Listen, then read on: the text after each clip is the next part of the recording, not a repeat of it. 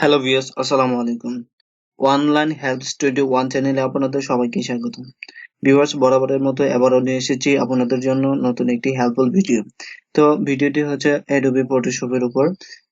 তো আপনারা দেখতে পাচ্ছেন এখানে একটি ছবি সার্কেল আকারে এবং বৃত্ত আকারে কিন্তু স্কোপ করা আছে।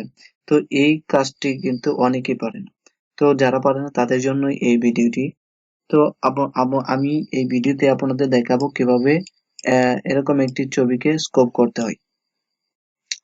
তো ভিউয়ার্স, মূল ভিডিওতে চলে যাই।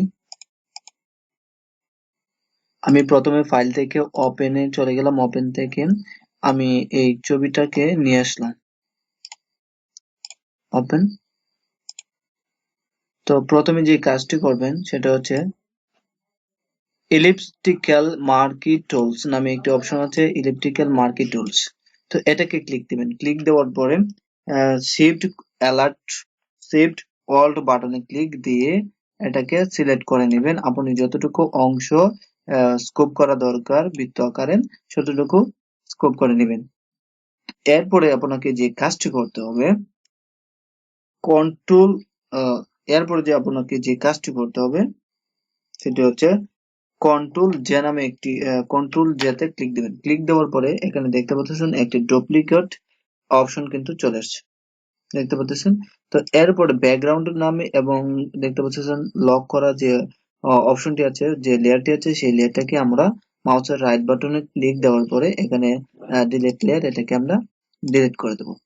ডিলিট করার পরে দেখতে পাচ্ছেন এরকম কিন্তু স্কোপ আকারে দেখাচ্ছে।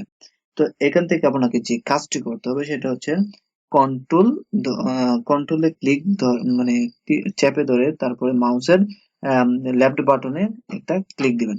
ক্লিক দেওয়ার পরে এখানে দেখতে পাচ্ছেন কিন্তু যে বৃত্ত আকারের যে ছবিটা আমি স্কোপ করতে চাচ্ছি সেটা কিন্তু এখানে সিলেক্ট হয়ে গেছে। তো এখান থেকে আমাকে যে কাজটি করতে হবে ইমেজে যেতে হবে। ইমেজ থেকে স্কোপ নামে একটি অপশন আছে। তো আপনারা এখানে স্কোপ দিয়ে ক্লিক দিবেন। ক্লিক দেওয়ার পরে এটা কিন্তু এখন স্কোপ হয়ে গিয়েছে। তো আপনারা এখন যে কাজটি করবেন এই সিলেক্ট যে অপশনটি দেখাচ্ছে সেটাকে রিমুভ করার জন্য কন্ট্রোল দিতে ক্লিক দিবেন। ক্লিক দেওয়ার পরে আপনারা সিলেকশন অপশনে চলে যাবেন এবং এটাকে দেখতে পাচ্ছেন আমি নাড়াতে পারছি এবং ব্যাকগ্রাউন্ড কিন্তু রিমুভ করা অবস্থায়। তো এখন আপনারা যে লেয়ারে এইটা নিতে চান সেটা আপনারা নিতে পারবেন। তো আমি আপনাদেরকে দেখিয়ে দিচ্ছি। একটি ফাইল, নতুন একটি ফাইল নিলাম। দেখতে পাচ্ছেন নতুন একটি ফাইল নিলাম। নেওয়ার পরে এটাকে ড্রাগ করে আমি টেনে ধরে এখানে ছেড়ে দিলাম। টেনে ধরে এখানে ছেড়ে দিলাম। দেখতে পাচ্ছেন খুব সুন্দরভাবে কিন্তু আমি এটাকে স্কোপ করে নিতে পেরেছি। তো ভিউয়ার্স, আশা করি অবশ্যই আপনাদের জন্য এটা যারা না পারেন তারা তো অবশ্যই এটা অনেক কঠিন কাজ ছিল, কিন্তু আমি ইজিলি দেখানোর চেষ্টা করেছি। আমার ভিডিওতে যদি কোনো ভুল ত্রুটি হয়ে থাকে তাহলে অবশ্যই ক্ষমার দৃষ্টিতে দেখবেন। থ্যাংক ইউ ভিউয়ার্স আমার ভিডিওটি দেখার জন্য। আশা করি আরো নতুন নতুন ভালো ভালো ভিডিও আমি আপনাদের জন্য উপহার দেব।